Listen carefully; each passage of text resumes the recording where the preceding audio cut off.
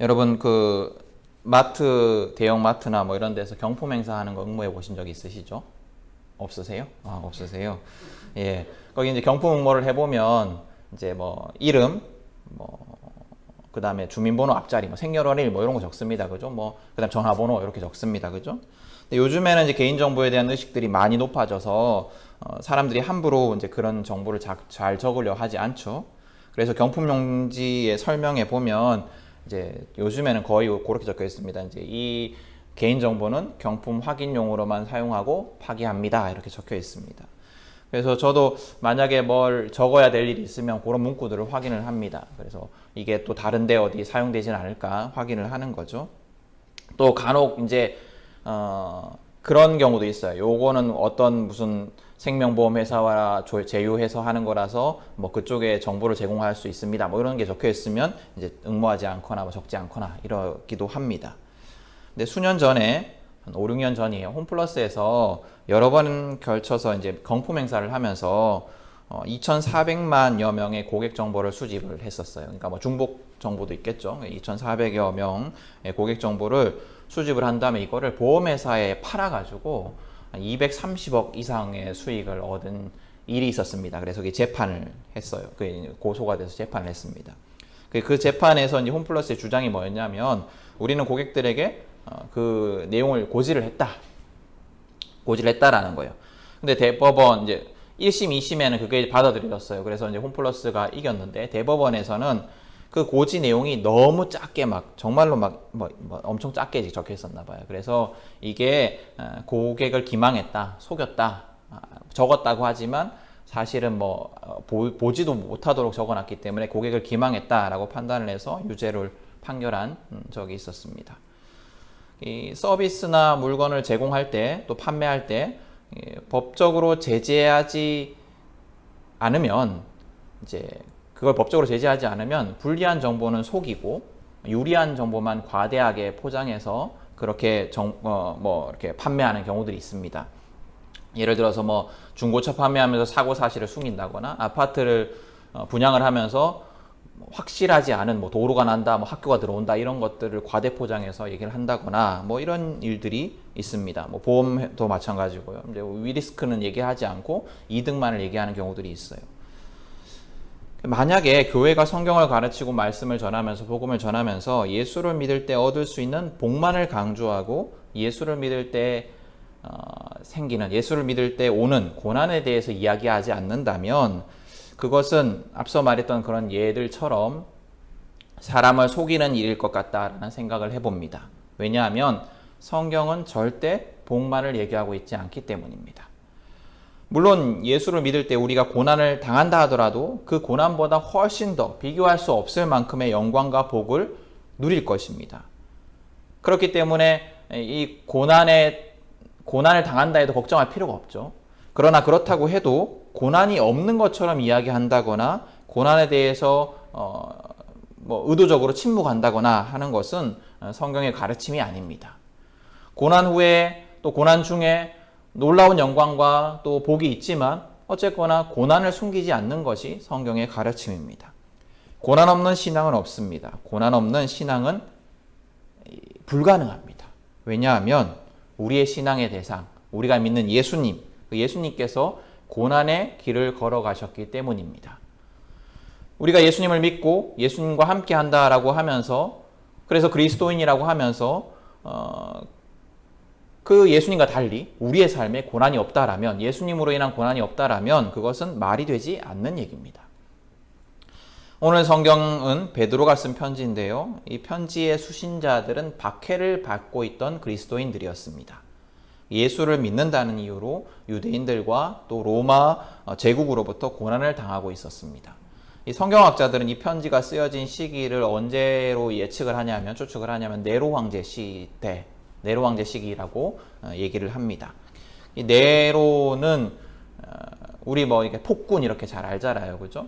그리스도인들에 대한 박해로 아주 유명한 왕이었습니다. 그러니까 뭐 역사적으로 초반에는 아주 훌륭한 왕이었다가 나중에 뭐 이상해졌다 이렇게 얘기를 하는데 어쨌거나 그리스도인들에 대한 박해로 아주 유명했어요. 그래서 특히 그 네로 황제 치하에 로마시에 큰 화재가 일어났는데요. 거의 뭐 도시가 막 잿더미가 될 정도로 새로 도시를 막 세워야 될 정도로 로마시에 큰 화재가 일어났는데 그걸 그리스도인들의 소행이다라고 이제 누명을 씌워서 전설에 의하면 그리스도인들을 잡아서 산채로 불을 태워서 뭐 죽이기도 하고 이런 악행들을 저질렀습니다.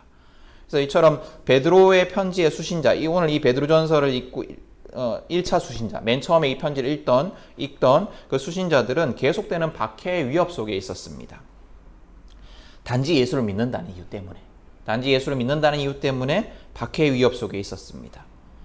이 박해받고 있던 편지의 수신자들에게 오늘 베드로는 예수를 믿기 때문에 생기는 고난의 의미에 대해서 이야기를 하고 있습니다. 근데 오늘 말씀의 이 고난, 예수님 때문에 얻는 고난에 대해서 이야기하기 전에 우리가 짚고 넘어가야 하는 것이 있습니다. 오늘 성경이 말하는 고난은 내가 잘못해서 생기는 고난이 아니에요. 그리스도로 인한 고난입니다. 근데 많은 신앙인들이 우리의 삶에 어떤 고난이 일어나면 그걸 무조건 하나님 탓으로 돌립니다. 하나님이 내게 고난을 주셨다. 하나님이 내게 뭔가를 이렇게 해주셨다. 이렇게 생각을 합니다. 우리에게 어려운 일이 있으면 전부 다 하나님의 어떤 의도가 있다라고 생각을 하는 거예요. 그래서 막 사업이 망하면 하나님이 나를 사업 망하게 하시고 신학교 가게 하셨다. 이래서 목사가 되기도 하고 뭐 이런 일들이 벌어집니다. 그죠? 물론 그럴 때도 있겠죠. 물론 그런 상황도 있겠지만 우리의 욕심 때문에 또 우리 잘못된 판단 때문에 고난이 있을 수가 있어요. 그죠? 우리가 막 뭔가 욕심을 부리다가 뭐 이를테면 내가 주식으로 한탕 해보겠다 이래가지고 주식에 막 한 1억 꼬라 넣었다가 다 없어지고 막 이래서 고난이 왔어 이러면 이제 내가 잘못한 고난이잖아요. 하나님이 뭐 하신 게 아니잖아요. 그죠? 뭐 이런 고난들도 있어요. 그리고 또 어떤 고난이 있냐면 이유를 알 수 없는 고난들도 있습니다. 갑자기 병에 걸리거나 갑자기 사고를 당하거나 이런 일들도 일어날 수 있습니다. 특히 우리의 잘못으로 인한 우리 욕심 때문에 얻어지는 고난의 경우에는 우리는 그 고난을 연민해서는 안 됩니다. 그 고난 때문에 스스로 연민해서는 안 돼요. 하나님이 내게 고난을 주셨다. 뭐 이렇게 생각해서는 안 된다라는 거예요.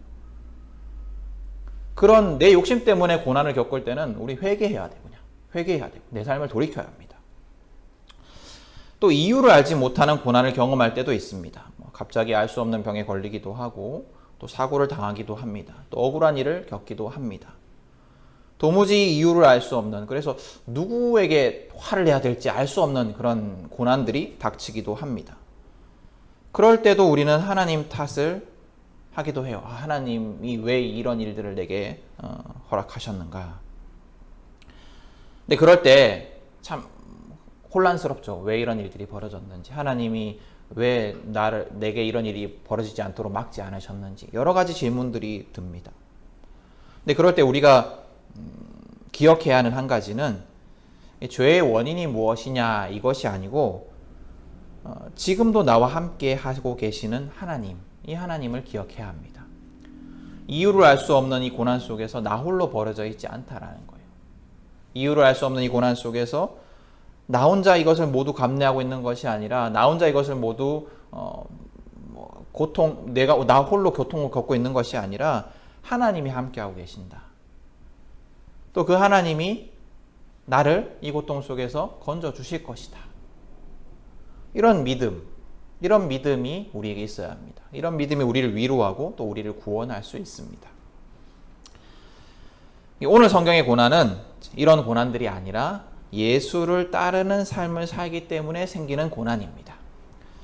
예수님을 따르는 삶에는 반드시 고난이 있습니다. 여러분 예수님의 생애를 한번 기억해 보세요. 그분의 삶을 한마디로 얘기한다면 십자가의 길을 걸어가셨다라고 얘기를 할 수 있습니다. 고난의 길을 걸어가신 분이시죠. 그리고 예수님은 십자가의 길로 우리를 초청하셨습니다.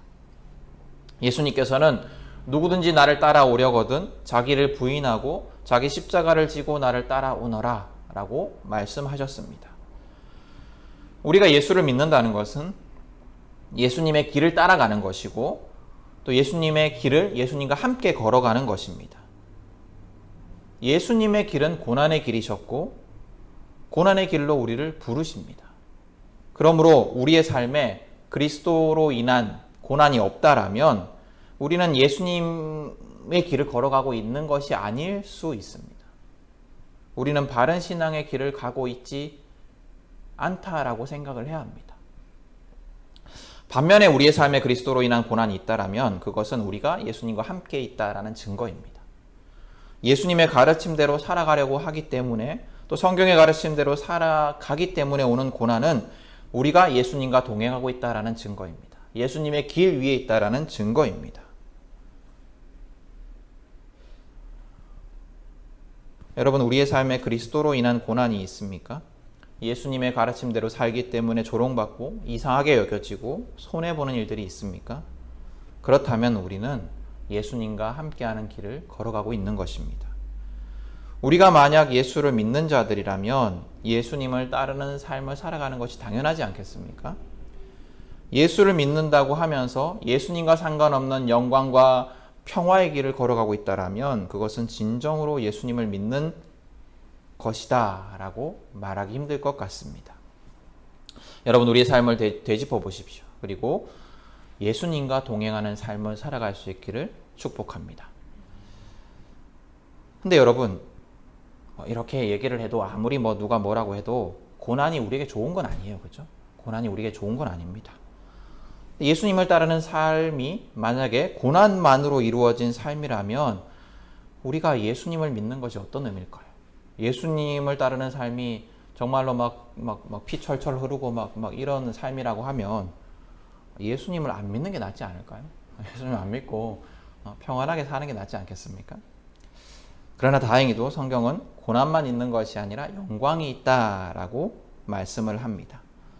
오늘 읽은 성경 10절에 보면 중간에 4장 10절일 겁니다. 아마 잠시 동안 고난을 받는 여러분이라고 얘기를 하고 있습니다. 4장 10절 맞습니까? 5장 10절입니까? 5장 10절입니까? 5장 10절입니까? 네, 중간에 잠시 동안 고난을 받는 여러분이라고 얘기를 하고 있습니다. 이게 뭐냐면 고난은 영원하지 않다라는 거예요. 잠시 동안이라는 거예요. 끝이 있다라는 겁니다. 끝이 있기 때문에 우리는 견딜 수 있습니다. 요즘 코로나로 인해서 힘든 시간을 보내고 있지만 우리는 이 코로나가 언젠가 끝날 거다라는 그런 희망을 가지고 있잖아요. 약이 생기든 아니면 다 퍼져가지고 황치가 생기든 어쨌거나 어느 순간에는 끝날 거예요. 그죠? 그 희망 때문에 지금의 시간을 견딜 수가 있습니다. 근데 요즘이 자꾸 끝날 것 같았는데 자꾸 생기니까 더 불안해지죠. 그죠? 어쨌거나 우리가 희망을 가지는 건 끝이 있다라는 것 때문이에요. 끝이 있다라는 것을 아는 것은 그만큼 중요합니다. 그게 우리가 그 고난을 이겨낼 수 있는 힘을 주기 때문입니다. 그리고 더 중요한 것은 지금 하나님의 영이 고난 중에 있는 우리와 함께 하신다라고 성경이 가르치고 있다라는 거예요. 하나님은 이 고난의 끝이 있어. 그때까지 너 알아서 견뎌. 이렇게 말씀하시고 우리를 버려두시는 것이 아니라 끝이 있으니 그때까지 참고 기다려라고 말씀하시며 동시에 성령 하나님을 우리에게 주셔서 성령 하나님이 우리의 고난과 함께 하십니다. 그래서 우리는 고난 중에 절망하지 않고 고난을 이겨내며 고난 속에 영광을 누릴 수가 있습니다. 성경이 약속하는 영광은 고난이 다 끝나서 오는 게 아니에요. 고난 뒤에 영광이 오기도 하지만 성경이 약속하는 고난은 고난 중에도 있는 영광입니다. 고난 중에도 누릴 수 있는 영광입니다. 고난 중에도 우리는 복을 누릴 수 있다는 겁니다. 그렇다면 우리는 고난 속에서 어떻게 해야 할까요? 고난에 맞서서 우리가 뭘 해야 할까요? 오늘 성경에 보면 악마는 고난을 통해서 우리를 유혹하고 있어요. 하나님의 사랑을 의심하게 만들고 하나님을 의지하지 못하도록 만듭니다. 또 예수님을 따르는 삶을 포기하도록 악마는 우리를 유혹합니다. 고난 속에 있으면 하나님이 침묵하시는 것 같아요. 하나님이 나와 함께 하시지 않는 것 같아요. 하나님이 살아계시는가? 하나님이 진짜 있는가? 하나님이 나를 사랑하신다라고 했는데 그거 거짓말 아닌가? 이렇게 악마는 우리를 의심하게 만듭니다. 또 고난 속에 나만 홀로 남겨져 있는 것 같고 홀로 남겨져 있기 때문에 그 고난을 견디는 것이 더욱 힘이 듭니다. 악마는 우리 마음속에 속삭입니다. 하나님은 무능하다. 하나님은 너를 사랑하지 않는다. 하나님은 너를 구원해 줄 힘도 없고 마음도 없다. 너 홀로 이거 다 그냥 독박 쓰는 거다. 다른 방법을 찾아라 라고 우리를 유혹합니다. 그리고 그리스도를 따르는 삶을 포기하라고 유혹해요. 너 예수 믿으면 복 받아야지. 이 고난 뭐냐? 너 이 예수 믿지 말고 다른 걸 의지해라. 세상의 방법대로 살아가라. 세상의 방법대로 살아가면 이 어려움 겪지 않는다. 네가 이렇게 고생할 필요 뭐 있냐? 적당히 믿으면 되지. 천국만 가면 될 거 아니냐? 적당히 믿어라. 이기적인 삶을 살아가고 또 세상의 영광을 위해 살아가라. 예수를 믿어서 복을 받아야지. 돈도 많이 벌고 건강해지고 복을 받아야지. 성공해야지. 이게 무슨 네가 신앙이 잘못됐다. 이렇게 자꾸 유혹을 합니다. 그래서 예수님을 따르는 삶이 아니라 복을 추구하는 삶을 살아라 라고 우리를 유혹합니다. 근데 오늘 성경은 이 악마의 유혹에 맞서 싸워라 라고 권면합니다. 그래서 우리는 악마의 유혹에 대항하고 싸워 이겨야 합니다. 그럼 어떻게 우리가 이 악마의 유혹에서 싸워 이길 수 있을까요? 어떻게 승리할 수 있을까요? 성경은 고난 속에 자기를 낮추라 라고 말씀하십니다. 5장 6절 말씀인데요. 그러므로 여러분은 하나님의 능력의 손 아래로 자기를 낮추십시오. 그러므로 여러분은 하나님의 능력의 손 아래로 자기를 낮추십시오. 이 자기를 낮춘다라는 것은 뭐냐면 우리의 무능을 인정하라는 거예요. 우리가 무능하다라는 걸 인정하라는 거예요. 그리고 또 하나님의 능력을 의지하라는 겁니다. 나는 힘이 없다라는 걸 인정하고 전능하신 하나님을 의지하는 것. 이것이 우리가 고난을 이겨낼 수 있는 방법이라는 겁니다. 사탄의 유혹, 악마의 유혹에서 이겨낼 수 있는 방법이라는 겁니다. 근데 우리가 고난 속에서 쉽게 하나님 의지하기보다 쉽게 나를 의지하는 경우가 굉장히 많습니다. 그러니까 내가 할 수 있는 방법들, 내가 가지고 있는 능력들, 내가 하여튼 의지할 수 있는 하나님 아닌 다른 것을 자꾸 바라고 기대한다라는 거예요. 그래서 나를 낮추지를 못해요. 자기를 포기하지를 못해요. 내가 뭔가를 하려고 합니다. 내 능력, 내 의지, 내 인맥, 내 자원, 내 경제력 이런 것들을 이용해서 어떻게든지 이 고난을 내가 이겨내려고 합니다. 그러나 성경은 그렇게 해서는 안 되고 그렇게 해서는 절대 고난 속에서 악마의 유혹에 승리할 수가 없고 내가 무능한 존재임을 인정하고 하나님을 의지하라 라고 말씀하고 있습니다. 여러분 우리에게는 어느 정도 능력이 있어요. 그렇죠? 어느 정도 다 능력이 있잖아요. 우리가 해결할 수 있는 고난들도 있어요. 우리 힘으로 해결할 수 있는 고난들도 있어요. 그렇지만 하나님 앞에서 자기를 완전히 낮추고 하나님만을 의지하는 사람만이 하나님이 우리를 영광 중에 높이시는 것을 경험할 수가 있습니다. 성경은 우리가 자신을 낮추고 하나님을 온전히 의지할 때 하나님이 우리를 높여주실 것이다 라고 말씀합니다. 하나님이 우리를 영광스럽게 하실 것이다 라고 말씀합니다. 우리 6절 후반절 한번 보십시오. 때가 되면 하나님께서 여러분을 높이실 것입니다. 우리가 겸손하게 자기를 낮추고 하나님만을 의지하면 때가 되면 하나님께서 여러분을 높이실 것입니다. 우리가 스스로를 높이는 것은 반드시 실패할 수밖에 없습니다. 한계가 있습니다.